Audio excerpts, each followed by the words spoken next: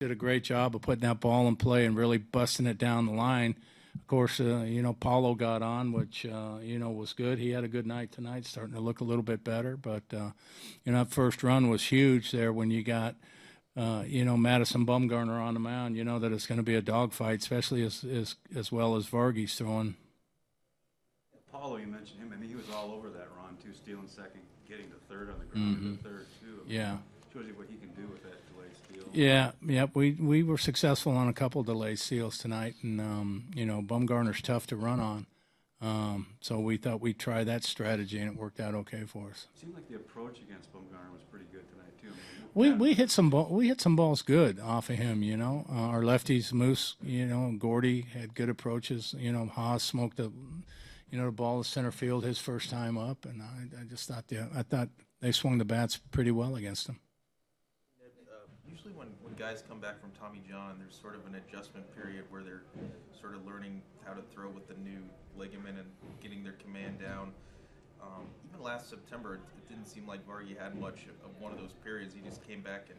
Well, he didn't wake up and just all of a sudden start throwing. I mean, he went on an extended rehab and threw games down in the minor leagues and went through all that adjustment period. But the one thing he did throughout his rehab was he made sure that he was in tip-top 100% shape, and he's maintained that over the winter. He's a diligent worker, but that allows him to hit the ground running, if you will, like he did when he got here last year. 12 innings, I think he gave up 2 runs, and the start of this season's just been amazing. Any differences you see? I know it's only a small sample or whatever. Any differences you see of him now versus before the surgery? I think he's better now. In what way? I think his command's better. I think that elbow bothered him a little bit, that last year. Command, fastball's the same. It's just the command and the action on his pitches. It's just sharp as sharp can be. Appears to be in the best shape he's been in his career. How much is that a factor? Well, I don't know if it appears. He's always been a hard worker. He's the best. He's in the best shape that I've ever seen him in. But I think that's a huge factor in his success here. Ned, could you talk about the philosophy of moving from a setup guy like Herrera has done to where he's the man now in the 19th? The philosophy? Whose philosophy? Mine? His? The fans?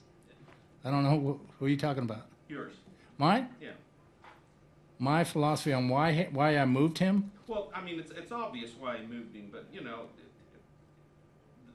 is there a difference between being the setup guy and being the guy that gets those plays? Probably a little bit. I think a little bit because you always have that that guy that has your back, that's your closer a little bit, and now you're the guy. So it's a little bit different mindset. But I've considered Kelvin a closer, a closer for the last 3 years. I mean, he's a 2-time All-Star. I had no doubt that he would move into this role and be very successful. Well, you by selecting him for the All-Star team, you proved what he has meant. Yeah.